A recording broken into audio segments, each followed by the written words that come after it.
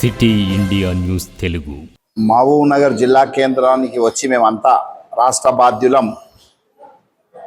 జర్నలిస్టుల మీద అక్రమ కేసులు తొలగించండి బాబోయ్ అని మీడియాతో మాట్లాడాల్సిన పరిస్థితి రావడం దురదృష్టకరంగా నేను భావిస్తున్నాను.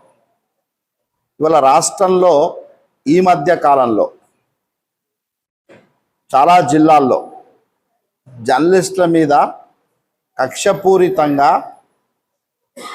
ఎలాంటి సంబంధాలు లేని వ్యవహారాల్లో కూడా కేసులు పెడుతున్నట్లు యూనియన్ రాష్ట్ర కమిటీ దృష్టికి వచ్చింది. ఇందులో ప్రధానంగా ఇటీవల కాలంలో నిజామాబాద్ జిల్లా కేంద్రంలో ఏకంగా 8 మంది జర్నలిస్టుల మీద అక్రమంగా కేసులు పెట్టారు. తాజాగా మహబూబ్ నగర్ జిల్లా కేంద్రంలో 3 జర్నలిస్టుల మీద లేనిపోని అభియోగాలు మోపి వాస్తవాలకు భిన్నంగా ఎలాంటి సంబంధం లేని వాళ్ళ మీద కేసులు పెట్టడం విచారించదగ్గ విషయం. పోలీసుల చర్యను తెలంగాణ రాష్ట్ర వర్కింగ్ జర్నలిస్టుల సంఘం తీవ్రంగా ఖండిస్తుంది. ఇక్కడ నిజంగా ఒకటే మేము మహబూబ్ నగర్ పోలీసుల్ని ప్రశ్నిస్తున్నాం, అట్లాగే అధికార పార్టీ నేతల్ని కూడా మేము ప్రశ్నిస్తున్నాం. ఇక్కడ ప్రెస్ క్లబ్ అధ్యక్ష ప్రధాన కార్యదర్శులు వాళ్ళు మహబూబ్ నగర్ జిల్లాలో సీనియర్ పాత్రికేయులు కూడా నరేంద్రచారి కావచ్చు, అట్లాగే నరేందర్ గౌడ్, వీరితో పాటు శామిల్ సుందరాచారి మీద ఈ 3 మీద కేసు పెట్టాల్సిన అవసరం ఎందుకు వచ్చిందని చెప్పి కూడా మేము ప్రశ్నిస్తున్నాం. సోషల్ మీడియా వేదికగా కేసులు పెట్టాలంటే రోజుకో 2 లక్షల నుండి 3 లక్షల మంది మీద కేసులు పెట్టాల్సి వస్తుంది. మరి రాష్ట్ర వ్యాప్తంగా పోలీసులు ఆలోచించండి. మరి సోషల్ మీడియాలో రాజకీయ పార్టీల మీద కావచ్చు, ఇతరత్ర వాళ్ళ భావ ప్రకటన స్వేచ్ఛ ఉండదు అని మీరు పెడితే ఈ రాష్ట్రంలో 1,00,000 మంది మీద మీరు కేసు పెట్టాల్సి వస్తుంది. సోషల్ మీడియాలో అది ప్రెస్ క్లబ్ గ్రూపులో రకరకాల చర్చలు జరుగుతాయి. అది జర్నలిస్టులకు ఉన్నటువంటి స్వేచ్ఛ, ప్రెస్ క్లబ్ సభ్యులకు ఉన్నటువంటి స్వేచ్ఛ. మా గ్రూపులో జరిగే చర్చల మీద, మా జర్నలిస్టుల వ్యవహారాలకు సంబంధించి మా సమస్యల మీద జరిగే చర్చల మీద మీరు ఇన్వాల్వ్ కావడం,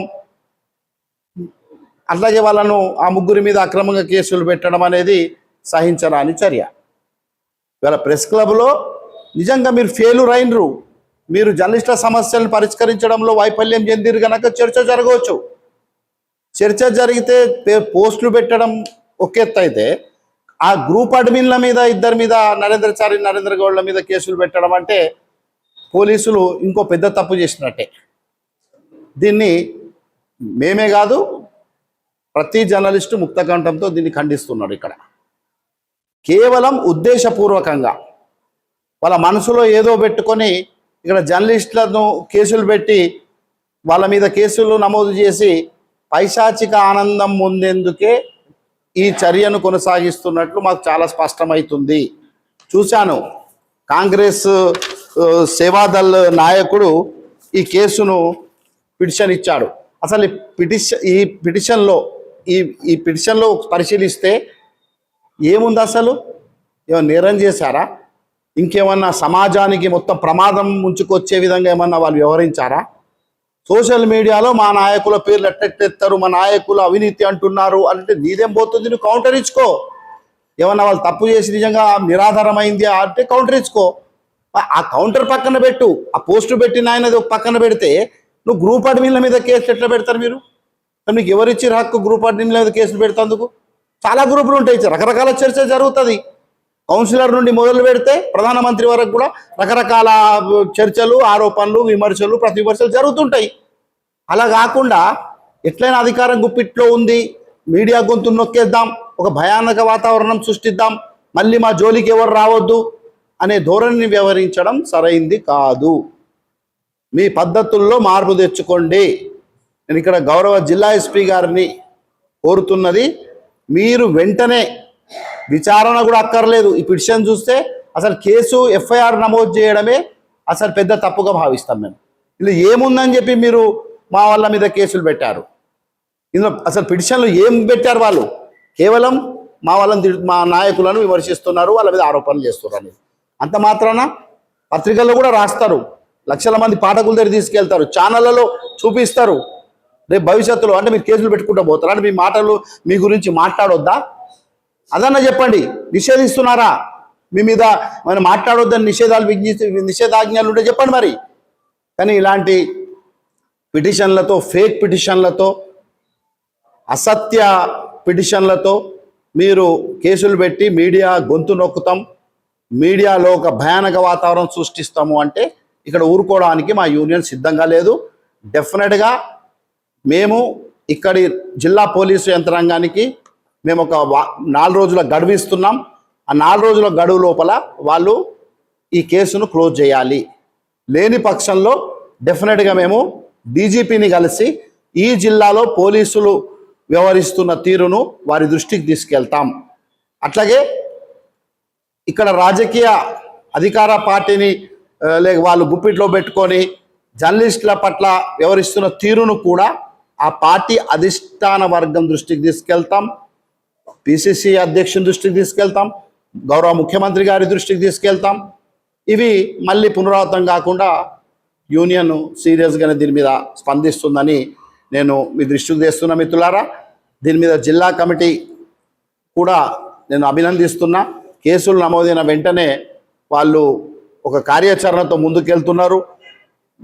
ఈ మధ్యన పోలీస్ అధికారిని కలిసి కూడా వాళ్ళు ఒక వినతి పత్రాన్ని ఇవ్వడం జరిగింది, కేసులు ఉపసంహరించాలని.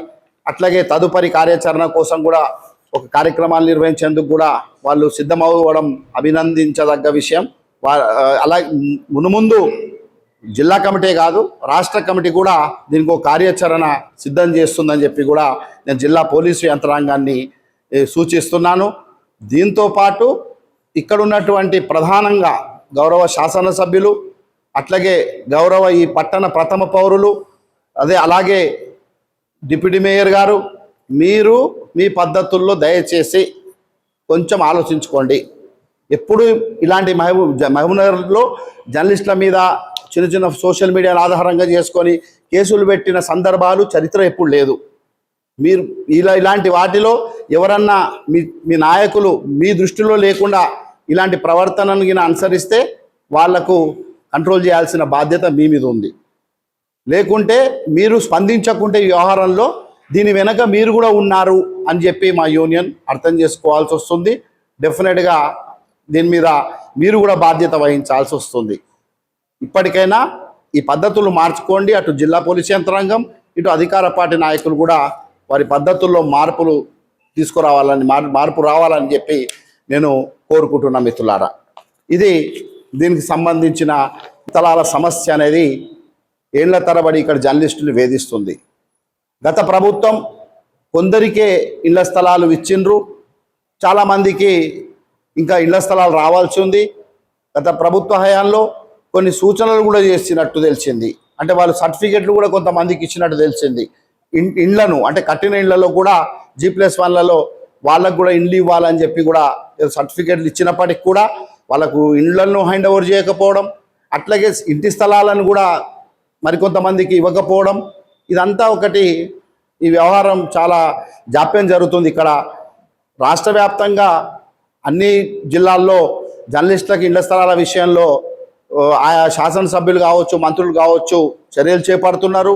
మీరు దీంట్లో జాప్యాన్ని వీడి అట్లాగే జర్నలిస్టుల మీద ఉన్నటువంటి దురభిప్రాయాన్ని తొలగించుకొని ఇక్కడ ఇళ్ళు ఇంటి స్థలాల కోసం ఇక్కడ ప్రజాప్రతినిధులు కృషి చేయాలని చెప్పి నేను కోరుతున్నాను. ఇటీవల రాష్ట్ర రెవెన్యూ, సమాచార, గృహ నిర్మాణ శాఖ మంత్రులు పొంగులేటి శ్రీనివాసరెడ్డి గారితో ఇళ్ల స్థలాల మీద సచివాలయంలో ఒక సమావేశం జరిగింది. దాంట్లో మేము కూడా మన యూనియన్ నుండి భాగస్వామ్యం అయ్యాను. అక్కడ జరిగిన చర్చలో ప్రధానంగా హైదరాబాద్ రాష్ట్ర రాజధానిలో పనిచేస్తున్న జర్నలిస్టులతో పాటు జిల్లా కేంద్రాల్లో కూడా ఇండ్లు ఇంటి స్థలాల సమస్యను పరిష్కరించాలని మన యూనియన్ మంత్రి గారికి ఒక వినతి పత్రాన్ని కూడా అందించింది.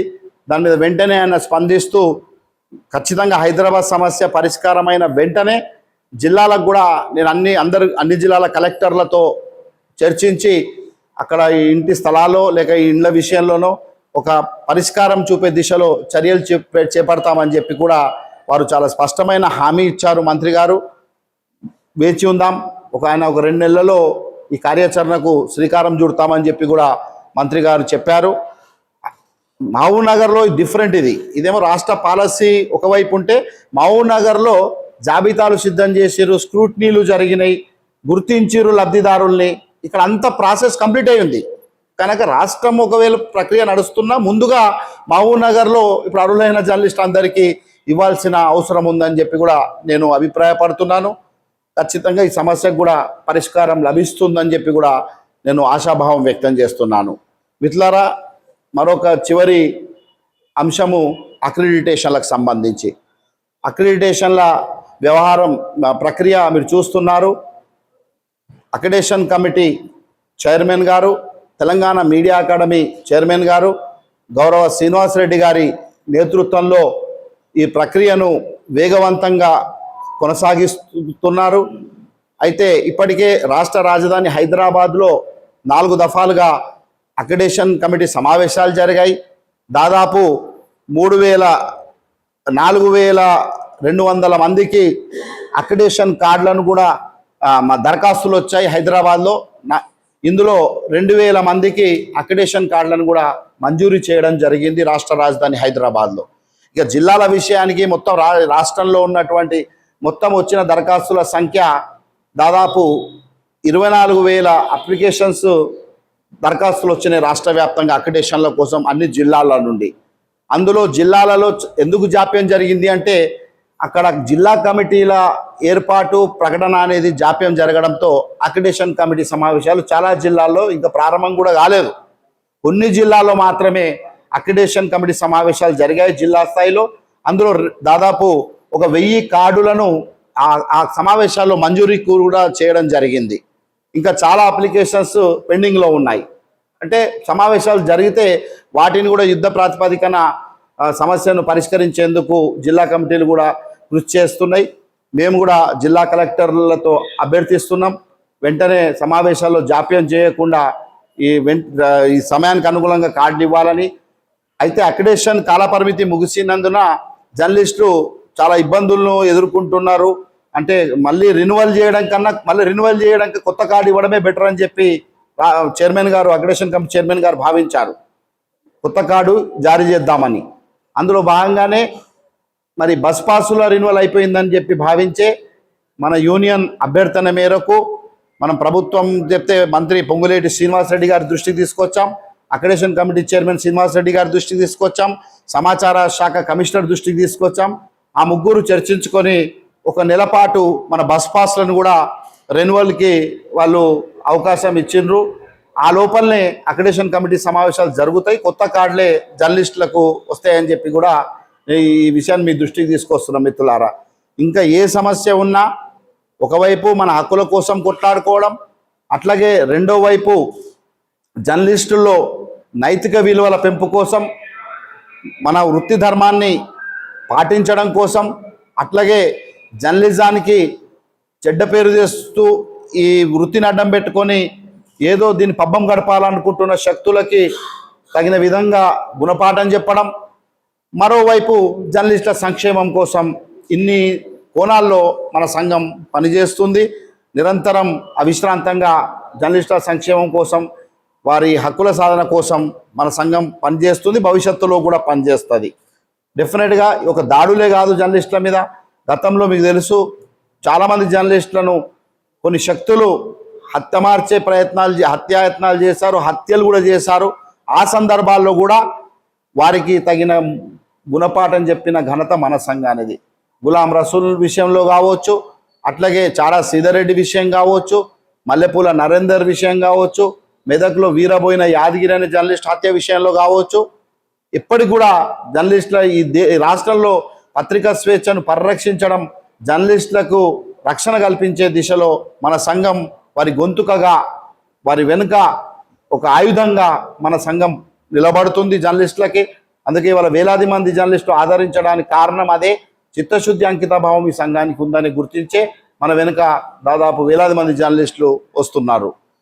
నేను మీతో కోరేది ఏంటంటే ఇతరులకు మనం అవకాశం ఏలెత్తి చూపే అవకాశం ఇవ్వకూడదు. మన వృత్తి ఒక న్యాయస్థానం, ఒక న్యాయమూర్తికి ఎట్లా ప్రవర్తుంటుందో, న్యాయమూర్తి గారికి ఎట్లా వాళ్ళు బాధ్యతగా వ్యవహరిస్తారో, ఒక జర్నలిస్టులుగా మనం కూడా ఈ వృత్తి ఎట్లయినా మన కార్డు చేతిలో ఉందని, పెన్ను చేతిలో ఉందని, కెమెరా చేతిలో ఉందని, మొబైల్ చేతిలో ఉందని మనం కూడా ఇష్టం వచ్చిన రీతిలో వ్యవహరించడం సరికాదు.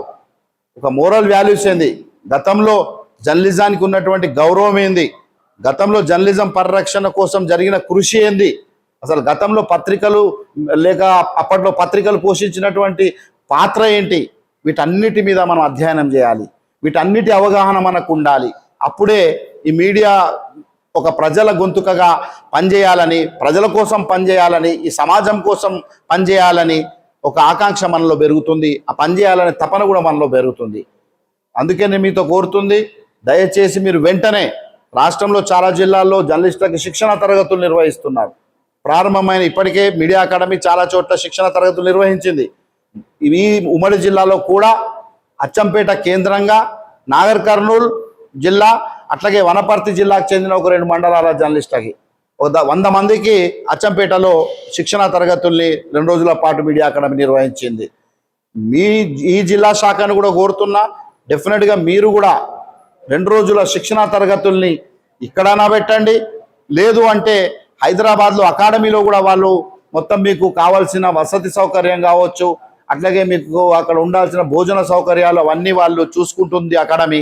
అక్కడికైనా మీరు ఒక 70 మందో 50 మందో వచ్చి శిక్షణకి దశల వారీగా ఒక్కటేసారి 100 మంది కాకుండా మీరు ఆ పరిమితి సంఖ్యలో వచ్చి తర్ఫీదు పొందడం మంచిదని చెప్పి నేను కోరుతున్నాను. ఇది మీడియాలో వస్తున్న మార్పులు మీరు గుర్తిస్తున్నారు. ఆ క్రమంలో మనకు అలాంటి తర్ఫీదు కూడా అవసరం. పాత పద్ధతుల్లోనే మనం ఉంటాం. పాత పద్ధతుల టెక్నాలజీ అంటే ఇప్పుడు మనను నిజంగా ఒక చిన్న చూపు చూసే సమాజం ఇది. ఆర్టిఫిషియల్ ఇంటెలిజెన్స్ లాంటివి కూడా రంగంలో ప్రవేశించినాయి. కనుక మన ఈ రంగంలో ఉండాలి అంటే మనకు ఆ స్థాయిలో పరిజ్ఞానం కూడా అవసరం. మీడియాలో ఒక జర్నలిస్ట్గా మనం పనిచేయాలి అంటే కనుక మీరు కూడా ఈ శిక్షణా తరగతుల్ని ఉపయోగించుకొని మహబూబ్నగర్ జిల్లా జర్నలిస్టులకు కూడా తర్ఫీదు ఇవ్వాలని చెప్పి నేను కోరుకుంటూ మీ అందరికీ నేను కృతజ్ఞతలు తెలుపుకుంటున్నాను.